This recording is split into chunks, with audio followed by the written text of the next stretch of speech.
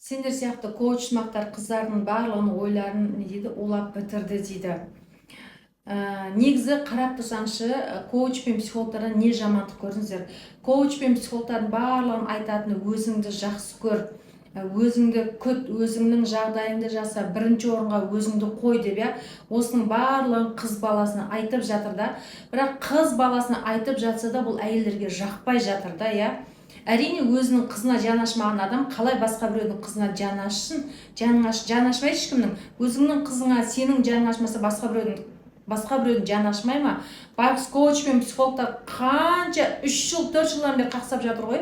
Өзіңді жақсы көрші, өзіңе бүкіл вниманияны берші, еркектен күтпе вниманияны, сол вниманияны өзіңе өзің бер, өзіңді бірінші орынға қой, өзіңнің денсаулығыңа қара, деп барлығын коучтар, сіздер аналар өзіңнің қызыңа жаның ашмай жатса да, соны коуч пен психологтар айтып жатыр, жаны ашып айтып жатыр. Майлы сіз ойлап жатқан шығарсыздар, ақшаға айтып жатыр депші, ақшаға айтып жатса да соны айтып жатыр ғой. Сіз соны өзіңіздің қызыңызға қашан айттыңыз? Айтыңызшы ақырғы рет. Бірінші орынға өзіңді қой, балаңды қоя берші, бірінші орынға бар, больницаға қаран, балаңды маған тастап кетті, бар больницаға көрін деп өзіңіздің қызыңызға айттыңыз ба?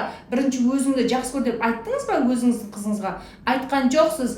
Сіз соны, как будто соны коуч пен психологтар айтып жатса, сіз өзіңіздің келініңізге айтып жатқандай солармен ерегісесіздер ғой.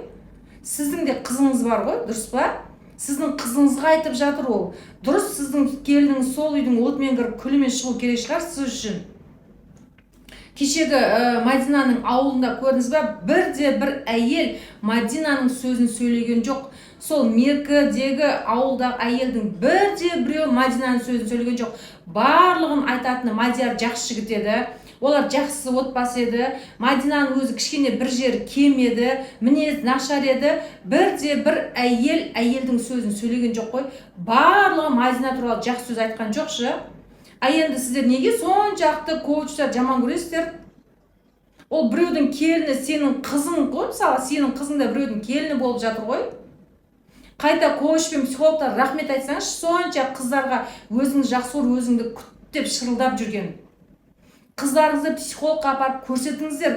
Ажыраспаған қыздарыңызды мен айтам, барып психологқа көрсетіңіздер. Өзінің санасымен, өзінің ойымен жұмыс жасасын қайтаға.